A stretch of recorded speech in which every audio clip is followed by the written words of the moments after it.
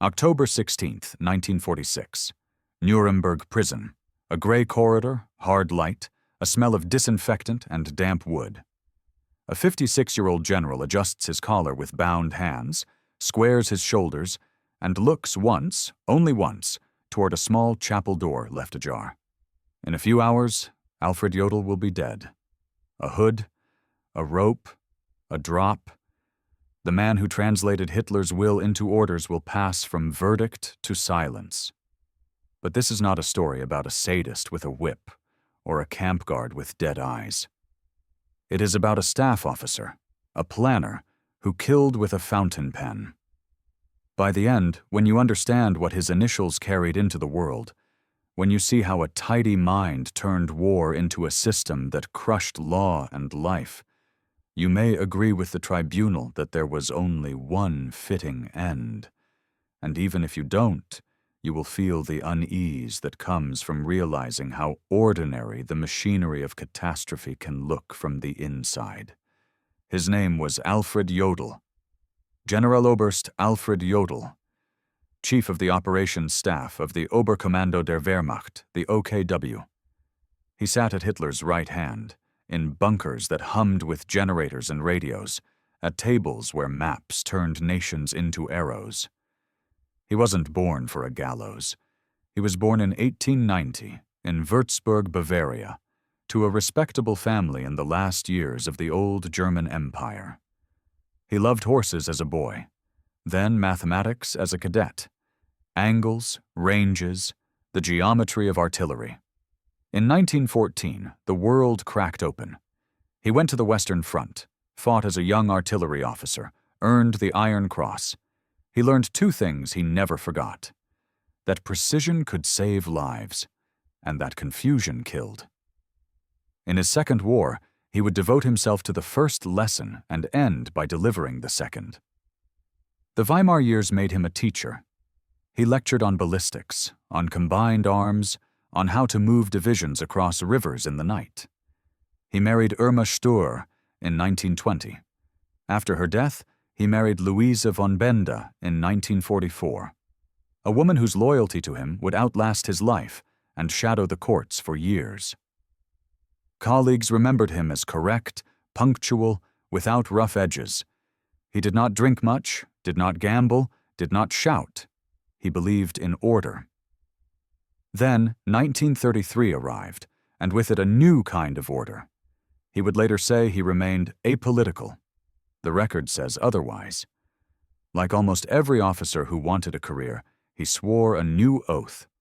Not to a constitution, not to the state, but to a man. Adolf Hitler. He spoke the words slowly, as soldiers do when they know words bind. He would not break them, even when breaking them might have saved lives. September 1st, 1939. The lie that opened the gates.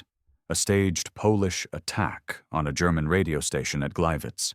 Border incidents engineered by the SS. In the Führerhauptquartier, in rooms where cigarettes burned down in ashtrays and telephones never stopped, Alfred Jodl turned political decision into military timetable. He did not invent the invasion of Poland. He synchronized it. Artillery schedules, Luftwaffe target priorities, liaison between army groups north and south. He raised his pencil when a corps asked for an extra hour of darkness. He lowered it when fuel allocations made a flanking thrust impossible. Poland fell quickly, and in its fall were seeds of the trial to come. Not just military operations, but orders about who was and was not a legitimate enemy. In the weeks that followed, the Wehrmacht issued directives inspired by ancient fears and modern ideology. Treat francs-tireurs, irregulars, partisans, as criminals, not soldiers. Shoot them, don't intern them. In practice, that ambiguity became a license. Executions followed skirmishes without trial. Reprisals escalated. Jodl's signature does not appear under every atrocity. It appears under the policy framework that made atrocities appear lawful. In court, years later, he would say, "It was the Führer's will." The judges would answer, "It was your order once you made it so." Spring 1940 brought audacity in the West. Fall Gelb, the plan to bypass the Maginot Line through the Ardennes, was in part the handiwork of younger, aggressive panzer leaders. But it was realized by the staff. Timelines layered like glass, river-crossing kits counted to the last bundle, bridges pre-marked with tonnage limits that would save or doom a division. Jodl coordinated it all from the OKW Nerve Center. When the German advance threatened to annihilate the British expeditionary force around Dunkirk, something strange happened. Hitler ordered a halt. The Luftwaffe would finish the job. Jodl, in later years, would point to this as proof of his soldierly instincts, claiming he had argued for a tighter ring and swift destruction. The record is messy, driven by Hitler's faith in Göring, by concerns about panzer maintenance, by conflicting signals from the front. The consequence is clear. Hundreds of thousands escaped across the Channel. Jodl would carry this outcome like a talisman at Nuremberg. See, I was not the butcher, they say. It was a small light he held up against a very dark sky. Then the Balkans. Norway and Denmark first, April 1940, to secure iron ore routes and bases. The invasion of Norway, Operation Weserübung, brought the war into fjords and fishing towns, a campaign of paratroops on snow and destroyers in narrow seas. In May 1942, long after Norway had fallen, the village of Televåg committed a crime in the eyes of the occupier. It harbored resistance. A shootout left 2 Gestapo men dead. Berlin roared. The Wehrmacht's commander in Norway, Nikolaus von Falkenhorst, asked for guidance. From OKW came a framework of reprisal. Shoot male hostages of military age, burn the village, deport women and children. Jodl initialed the directives. Televåg was leveled. Men were shot. Families were driven out. Necessary measures, the papers called them. Necessary for what? For order, for fear, for a demonstration. To every small town in occupied Europe, that the price of defiance would be paid in ash and blood. These were not rogue decisions. They were policy from above. They passed across Jodl's desk and returned with his authority. June 22, 1941, Operation Barbarossa. The Wehrmacht lunged east with 3 army groups across a front so wide it blurred on the map. Jodl rose before dawn, slept after midnight, drank bitter coffee in rooms that buzzed with 1,000 signals. He managed a war of vastness, rail gauge changes, logistics across dirt roads that turned to mud, bridges blown and replaced, an advance at a speed the staff planners themselves had scarcely believed possible. The first encirclements, Białystok, Minsk, Smolensk, Uman, produced hundreds of thousands of prisoners. And with them, a decision whose consequences were death on a scale Europe had not seen in centuries. The Soviet POWs would not be fed according to the Geneva Convention. They would be used as labor. Many would be allowed to die. Argued as necessity, Germany could not feed both its army and its enemies. This policy translated into starvation in the open, exposure in the cold, disease ripping through barbed wire camps. The numbers are not estimates. They are tallies. More than 3 million Soviet POWs died in German hands. OKW's role was not conceptual, it was operational. It created the distribution lists, the priorities, the exemptions that might have saved more and did not. Jodl's memos show the logic. Throughput, calories, labor quotas. They do not show faces. That is what a staff officer's guilt looks like. There were other papers. The Commissar Order, issued in May 1941, directed that captured Soviet political officers be shot on the spot. It was not a whisper in a corridor. It was typed, distributed, stressed for strict compliance, and it was controversial even within the German army. Some commanders balked, some quietly filed the order away and told their men to ignore it. Others obeyed. Jodl did not object on principle. He did not resign. He did not threaten to. He circulated the order and later participated in efforts to harden compliance. At Nuremberg, he would argue that such orders came from Hitler and Himmler, that he was a conduit. Conduit is another word for channel. Rivers do not reach the sea without channels. There is a temptation to divide the war into clean fronts, the soldierly battles against uniformed enemies and the criminal war behind the lines. Barbarossa melted that boundary on day one. Partisan warfare became the pretext for village burnings, hostage shootings, the hanging of saboteurs, the rounding up of Jews whose fate was sealed by policies Jodl knew were not about partisans at all. The Einsatzgruppen followed the armies with trucks, lists, and bullets, killing entire communities in ravines like Babi Yar and forests like Rumbula. Jodl was not their commander. The SS answered to Himmler. But the relationship between Wehrmacht and SS was symbiotic. The army fed them fuel, time, and access. When field commanders complained that the shootings were causing discipline problems, OKW's responses sought discretion, not cessation. Avoid unnecessary public alarm rather than stop shooting civilians. It matters. It tells you what kind of war the staff conceived and maintained. Winter 1941-42 froze the myth of invincibility and hardened Hitler's will into something brittle and murderous. The advance on Moscow stalled. The Red Army counterattacked. Retreat would have saved lives and equipment. Orders from the Wolf's Lair said, "Hold." Jodl drafted the wording, enforced compliance, reprimanded commanders who tried to pull back. He later presented this as military necessity, a stabilizing iron rod driven into a collapsing front. It cost divisions their lives. In some sectors, the stand-fast order allowed time for reinforcements. In many others, it turned viable withdrawals into mass surrenders. "We could not move the lines back on a map," a field officer remembered, because the lines in Jodl's head had become the borders of a phantom empire.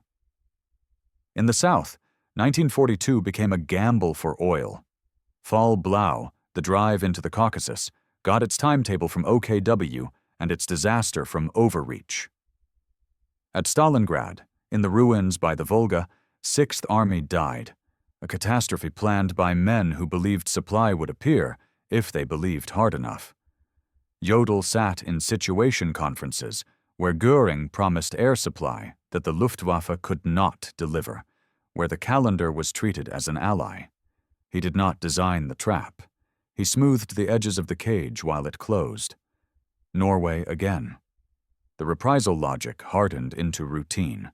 Reports of sabotage yielded lists of hostages to be shot and houses to be burned. Small coastal towns learned the price of resistance. Jodl's office became a postbox for fury, a sieve that let anger pass and sifted out only what might cause political inconvenience. "Keep it quiet," one marginal note reads. "Only verbal transmission." That phrase recurs in the record. It is the language of men who know they are approving crimes. October 18, 1942. The Commando Order. It stated that Allied commandos, whether in uniform or not, whether equipped for sabotage or reconnaissance, whether they attempted surrender or not, were to be executed without trial. It was to be communicated orally as much as possible. This was not a battlefield heat-of-the-moment instruction. It was a policy choice. OKW sent it to every front. Jodl was the operations chief who ensured it reached the right desks, that it was understood. In Italy, in France, in Norway, commandos captured alive were shot. Some were interrogated first. In a few cases, German officers refused and were punished. War is not a morality tale where every villain sneers and every hero shines. It is a bureaucracy. Jodl's office made sure. This bureaucratic murder became standardized. The home front bled, too. In 1943, bombs fell on Hamburg, Operation Gomorrah, turning neighborhoods into firestorms. Fanatics screamed for retaliation beyond capability. Jodl pushed for total war measures that stripped more labor from those cities, sent more men to the front, reallocated food. The math always favored steel over flesh. Rations for occupied territories shrank. The Netherlands starved. OKW's files show calorie allocations like ledgers. Read them and try to keep your patience with phrases like requisition, diversion, priority. Each is a decision to take a meal from a mother and give it to a tank. July 20th, 1944. The bomb in the Wolfschanze. Jodl was at the briefing table when Colonel Klaus von Stauffenberg's bomb detonated. The map table's thick legs deflected the blast. He was thrown, ears ringing, face cut. He could have died. He did not. The plot failed. The purge began. The army's conspirators were dragged to Plötzensee prison and hanged by piano wire for Hitler's entertainment, their deaths filmed. Jodl was not the hangman. He was the staff officer who helped ensure the purge did not cripple operations. He spoke the language of necessity, while the regime ripped out its own nervous system. In another world, he might have been among the conspirators. In this one, he doubled down on obedience. In his mind, the bomb had proven that disobedience meant chaos. The irony should not be lost. Chaos was already in command. Obedience was how it ruled. December 1944, the Ardennes again, this time as last gamble. The planned secrecy was extraordinary. Troop movements at night, radio silence, deception. Jodl was in his element. Timetables, disguises, fuel calculations so tight a delay by hours could starve a panzer spearhead. For a week, the offensive shocked the Western Allies. Then it failed, not because it was badly planned. For what it was brilliantly timed, but because it assumed a world that no longer existed. German fuel stocks that were fantasies, air cover the Luftwaffe could not give, divisions that were exhausted. In the aftermath, as German units retreated through Belgian and Luxembourgish towns, the commando order and the desire to terrorize played out in small, brutal scenes. Captured American prisoners shot at Malmedy, suspected partisans executed. Jodl signed nothing that said, "Shoot those men at that crossroads." He maintained the climate in which it could happen, and be excused. April 1945. Berlin, an island of rubble. Hitler gone to his bunker, a dead man walking. The regime relocated its government to Flensburg, in the far north near the Danish border, and a naval academy at Murvik that still smelled of varnish and rope. Admiral Karl Donitz became president of a country that no longer existed. He needed a land general, calm, competent, unflappable. He kept Jodl. Telegrams flew across a conquered nation like ghosts. The order of the day was surrender on terms that would save men and time. On May 7th, 1945, in a schoolhouse in Reims, under the gaze of Eisenhower's deputies and Soviet, French, and British officers, Alfred Jodl signed the unconditional surrender of all German forces to take effect the next day. The photograph shows him pale, precise, pen in hand. The war he had helped plan was over. He went back to Flensburg and cried when the radio read the announcement to a dockyard of broken men. He said later he cried for Germany. Perhaps he did. He did not say he cried for Leningrad or for Televog. The British arrested him on May 23rd, along with the whole Flensburg government, in a sudden sweep that felt like a stage curtain dropping. They sent him to Nuremberg, to a prison built inside an old courthouse complex. The cells were small, the routines strict. The guards were American.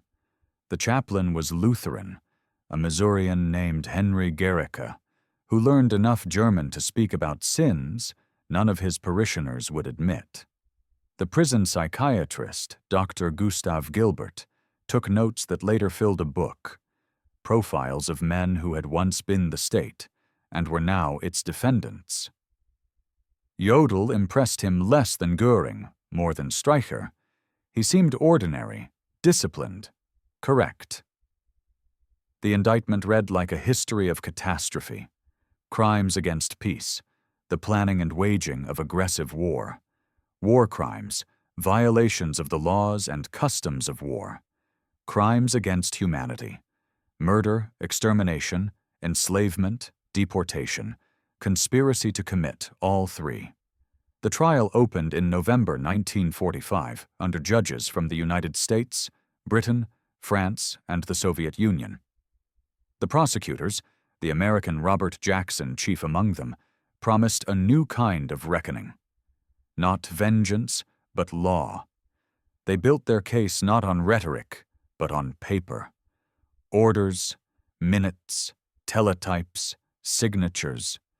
When Alfred Jodl took the stand in his own defense, he was composed. He spoke in full sentences, crisp, almost professorial. He portrayed himself as a soldier who had tried to restrain the worst impulses of the regime while doing his duty to defend the nation.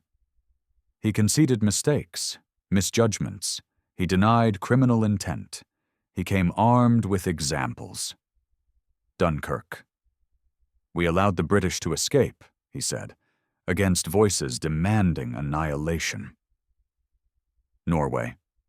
"We invaded to preempt a British landing, a strategic necessity." Barbarossa. "We believed we were striking before the Soviets struck us. The judges listened. Then the prosecutors laid down files like stones. The Commissar order, Jodl's initials on distribution, field reports of executions followed by OKW notes on ensuring strict compliance. A defense argument that some commanders no longer enforced the order was turned around. If disobeying an order was possible, then resigning over it was possible. The commando order, its text, its instruction to communicate verbally, its application in France, Italy, and Norway. Affidavits from officers who wrote to OKW asking for clarification and were told there was none. The order stood. In one notorious case, at the Italian village of La Spezia, 15 captured British commandos were shot after interrogation. The paper trail wound back to OKW. "Where was the battlefield necessity?" the prosecutor asked. "There was none. There was policy. The hostage orders in the Balkans, ratios, quotas, signatures. Document No Kadurituan at 1721, discussed at trial, laid out guidance for reprisals. For each German soldier killed, a certain number of hostages to be executed." Jodl's approval is in the margins. He insisted such measures were within the harsh boundaries of occupation law. The judges disagreed. Collective punishment, they said, is not war. It is murder in uniform. Norway, Televåg. The order to destroy the village and deport its inhabitants. A surviving Norwegian policeman testified about the rows of men shot and the mothers clutching children as houses burned. The OKW directive sat under the lamp, initials AJ. Jodl looked at it as if seeing it for the first time. He said he did not remember the specific incident. He did not deny the policy. Soviet POW starvation, minutes where OKW discussed caloric allocations below subsistence, justified by supply necessity. It is difficult to watch men parse starvation like accountants and not understand why a court might call them criminals. The defense that the Soviets had not signed the Geneva Convention was brushed aside. Basic humanity is not contingent on signatures. The judges said, "This is murder by neglect." Leningrad, orders and minutes forbidding surrender and evacuation designed to tighten the siege's strangulation. German documents exist stating that the city was to be starved, not occupied, that civilians were not to be permitted through the lines. Jodl distanced himself. Not my department. The minutes show him present at conferences where the policy was adopted. Silence sometimes incriminates as effectively as speech. Again and again, the prosecutors returned to a set of questions. Did you know this was unlawful? Could you have acted otherwise? Did you try? Jodl's answers were consistent. Yes, I knew the orders were harsh. No, I could not have changed them. No, resignation would have achieved nothing. Yes, I attempted to moderate when feasible. He painted himself as a man trapped on rails, trying to slow a train that never had brakes. The tribunal found that picture self-serving. Trapped implies force. They saw choice. In the dock, other men performed. Göring mocked. Streicher raved. Keitel wept, the archetypal obedient soldier, a man who had traded his conscience for a marshal's baton. Compared to them, Jodl seemed cooler, perhaps cleaner. He presented himself as the mind, not the fist. That was his defense. It was also, in the tribunal's view, the essence of his guilt. September 30th, October 1st, 1946. Judgment. The tribunal read for hours. They found Jodl guilty on all 4 counts. Their words were plain. Jodl was chief of the operations staff of the High Command of the Armed Forces. He drafted and signed orders for the invasion of Austria and Czechoslovakia, and took part in the political and military planning of the invasions of Poland, Norway, Denmark, the Netherlands, Belgium, Luxembourg, France, Yugoslavia, Greece, and the Soviet Union. They called out his role in unlawful orders: the Commissar Order, the Commando Order, the hostage orders, and his participation in policies that resulted in mass murder. They sentenced him to death by hanging. Not the soldier's death he requested. The rope. The court denied his plea for the firing squad. He had forfeited any honor of arms. After the sentence, Alfred Jodl wrote, "To Louise, remain steadfast." He told her he had a clean conscience, as a soldier, that he had done his best for Germany. He asked that his Knight's Cross be returned to her. He asked his lawyer to continue appeals. He asked the chaplain for a prayer, but insisted he had nothing to confess, nothing criminal. A man can stand on the trap door, believing he is upright. Belief does not move the floor. The prison routine moved around him. The Americans administered a standardized process. The condemned were weighed for drop calculations. Their hands were bound. A black suit was laid out. Dr. Gilbert visited and noted Jodl's composure. The chaplain, Gericke, sat with him and read the Lord's Prayer in German. Gericke had seen tears in other cells: Hans Frank's penitential collapse, Fritz Sockel's shock. In Jodl's cell, he found courtesy without contrition. An old-school officer till the end, polite to the pastor, respectful to the guard, dismissive of the prosecution. He said he forgave his enemies. He did not name his victims. A British hangman, Albert Pierrepoint, had been brought to Nuremberg to conduct the executions. He knew ropes the way Jodl knew timetables: length, weave, stretch. The British long drop method was meant to break the neck instantly. There's a popular claim that war criminals were made to strangle slowly by shortening the drop. The logs don't support a deliberate policy of that kind. But bodies are not math. Bone density, muscle tone, the exact placement of the knot, all can turn an intended quick death into minutes of choking. If you expect poetry at the gallows, you have not read enough coroner's reports. Just after midnight on October 16, 1946, they began. The gymnasium at the prison had been converted into an execution chamber. A wooden scaffold stood under bright lights. A screen separated the platform from the witnesses' benches. A few dozen officials, reporters, and soldiers waited, faces set. The sequence was fixed. Joachim von Ribbentrop went first. He said he wished Germany peace and dropped. Field Marshal Keitel followed, saluted, tried to claim the soldier's dignity the court had denied him, and went down. Ernst Kaltenbrunner, the SS man with a scarred face, shouted something. No one remembered exactly what, and dropped. Alfred Rosenberg, Hans Frank, Wilhelm Frick, Julius Streicher, the filthy propagandist, screamed obscenities and had to be dragged. The process took hours. The doctor timed the deaths. The hangman checked knots, adjusted the rope, wiped sweat, nodded. It was industrial, clinical, relentless. Then the guards brought Alfred Jodl in. He wore a dark suit and tie. His hair was combed, his face pale. He walked without help. He mounted the 13 steps with the measured pace of a man who refuses to hurry before anyone. He stood on the trap door and looked towards the chaplain. Gericke stepped beside him, spoke softly. Jodl's lips moved with the prayer. The American officer asked for last words. He had prepared one line, and he delivered it in a steady voice. Ich grüße dich, mein Deutschland. I salute you, my Germany. Even here, even now, his loyalty was not to law, not to humanity. It was to an idea of nation so abstract it could excuse anything he had done in its name. The black hood came down.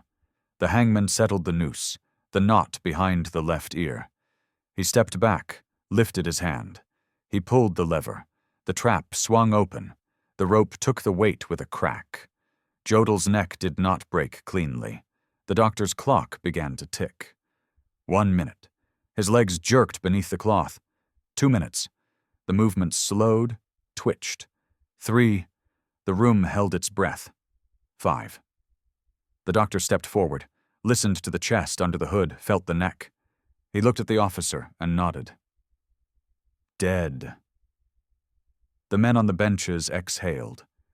A few wrote notes in pencil. A photographer took a picture for the record. A body prone on a stretcher, a number pinned to the cloth. The stretcher bearers carried him out. The rope was reset. They cremated the bodies at Dachau, a place where cremations once erased evidence. Now they erased graves. The ashes were scattered in the Isar or a tributary. No memorial, no tomb, no pilgrimages. Bureaucracy closed the file with a stamp. Case concluded. What remains? Orders, memos, minutes, and the memory of a certain kind of man placed at a certain kind of desk at a certain moment in history. The easy comfort is to say he was a monster, and monsters are rare. The true discomfort is to see how little monstrousness is required to make monstrous things happen when the system itself rewards compliance and calls it virtue. There is a legend attached to Jodl that persisted for years in Bavaria, the legend of his rehabilitation. In 1953, a Bavarian denazification tribunal declared him not guilty of war crimes in the narrow sense applicable under German denazification law, arguing that he had acted as a soldier. For months, his widow felt vindicated. Then the Federal Court of the Federal Republic overturned it, stating clearly that the Nuremberg verdict stood, that Adolf Hitler's generals were not merely soldiers under orders, that criminal responsibility attends office. It is an important coda. Memory is a battlefield longer than any front Jodl oversaw. His widow fought on it tirelessly, petitioning, writing, insisting that history misunderstood her husband. She loved him. Love does not revise documents. Here's the hardest part to hear. Alfred Jodl was not unusual in his virtues. He was punctual, organized, loyal, restrained, frugal, good at his job. Those qualities built the machine that marched Europe into ruin. The lesson is not that punctuality is evil. It is that virtues unmoored from moral limits become tools in the hands of evil. An efficient schedule for a massacre is still a massacre. A well-worded order to starve a city is still starvation. A loyal oath to a criminal regime makes the loyalist an accessory, not a hero. The Gallows answered that question with finality. You might want to find a moment of grace at the end. There is a small one, indirect and strange. The chaplain, Henry Garrica, went home to Missouri after the trials. He carried with him not admiration, but a heavy knowledge that he had prayed with men who never prayed for their victims. He visited hospitals and prisons and farms and told anyone who asked that justice had been done. Not perfectly, but truly. And he warned, in his own quiet way, that the next Alfred Jodl would not look like a villain. He would look like an executive. He would have good posture and neat folders and very clean hands. If you search the trial record for a single sentence that captures Jodl, you could pick this from his own mouth. Resignation would not have changed anything. It is the absolution of the obedient. It is also the creed of bystanders everywhere. The tribunal's answer has outlived the men it sentenced. Resignation might not change the world, but obedience certainly did, and in the worst direction. Responsibility cannot be outsourced to fate.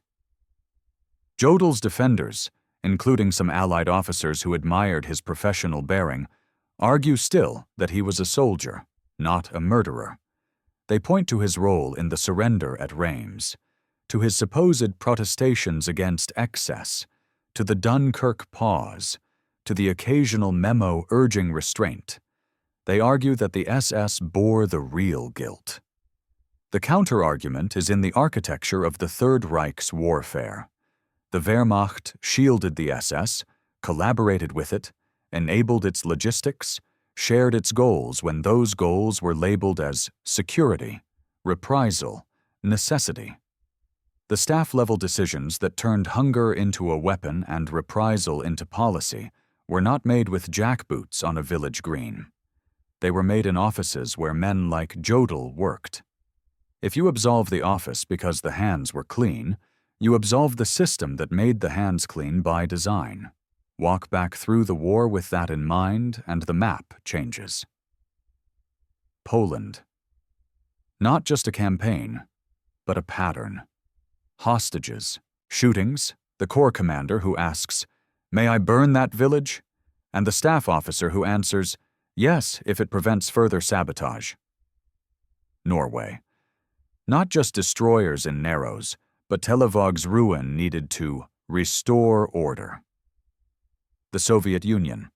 Not just tank battles across steppes, but the starvation of millions explained in a paragraph about caloric balance.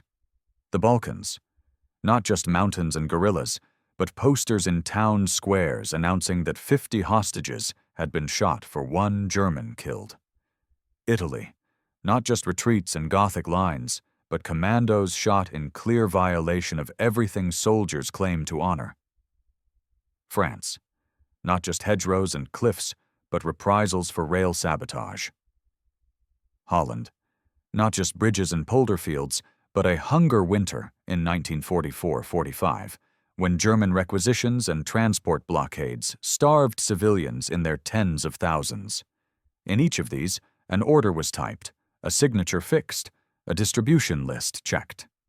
In each, someone who could have said no said yes, or said nothing. There is a story, documented, cold, about Leningrad that belongs here. In September 1941, as Army Group North encircled the city, Hitler and OKW debated whether to take it or starve it. Taking it would mean feeding it. Starving it would solve the problem. Orders went out. Do not accept surrender. Do not let civilians through. Destroy evacuation boats on Lake Ladoga. Bombard the city to maintain pressure. Over 800 days, Perhaps 1 million civilians died, many of hunger. Diaries from the city record people boiling wallpaper paste, eating pets, collapsing in the street. The policy sat in OKW files. Jodl attended the meetings. He knew. He did not dissent. At Nuremberg, he pushed responsibility upward and outward. The tribunal pushed it back. There is another story, small but sharp, about a British commando raid at Dieppe in 1942. The raid failed. Hundreds were killed, hundreds more captured. The Wehrmacht initially processed them as POWs. After the commando order, later raids ended differently. At the Italian village of Ameglia in 1944, 15 commandos captured in uniform were executed on a hillside. German officers there said they had received explicit instructions from higher command, OKW, that such prisoners were not to be taken. The chain ends with a signature. Spend 10 minutes with the minutes of OKW conferences, and you will see how the language deadens the mind. Terrorists to be treated with the utmost severity. Evacuation of males aged 1660. Destruction as reprisal measure. It feels sterile because that is what the machine requires. A brutal order wrapped in euphemism slides more easily into an inbox. Jodl's genius, if such a word can be used, was to keep the machine running smoothly, to keep the folders moving even when they carried poison. A staff officer is a circulatory system. When the blood is clean, he is praised for health. When it is toxic, he cannot claim he merely pumped. The final hours of Alfred Jodl, from verdict to gallows, force an old question into new light. What is the moral responsibility of a planner? Nuremberg answered with a rule that has held in international law ever since. Superior orders do not absolve criminal acts. Participation in planning and ordering those acts is criminal. Necessity cannot justify extermination. Reprisal cannot justify murder of civilians. Starving prisoners or cities is not a strategy, but a crime. You might argue that these are the victor's rules. History has a rebuttal. These rules are the only ones we have that stand between war and barbarism, disguised as policy. There is no epiphany in this story. Jodl did not break down in tears. He did not confess in a letter we have not yet found. He kept his back straight, his words measured, his credo intact. He went to the rope, convinced he had served Germany. He saluted an abstraction and ignored the concrete, the dead who could not salute anything. It is tempting to think that the rope taught him. It did not. The rope teaches the living. Justice at Nuremberg was imperfect. It spared some who deserved judgment. It punished some who bore less guilt than others. It created martyrs in the minds of those who needed them. But it set a principle and enforced it. When the hood came down over Alfred Jodl's face, when the trap opened, the principle was not that enemies die.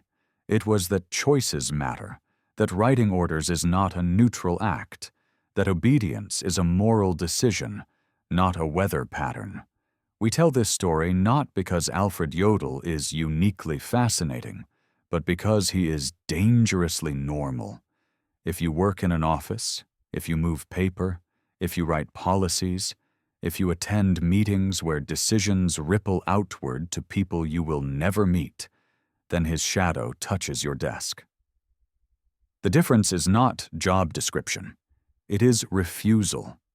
It is the courage to say, when a policy's logic points to harm, no further.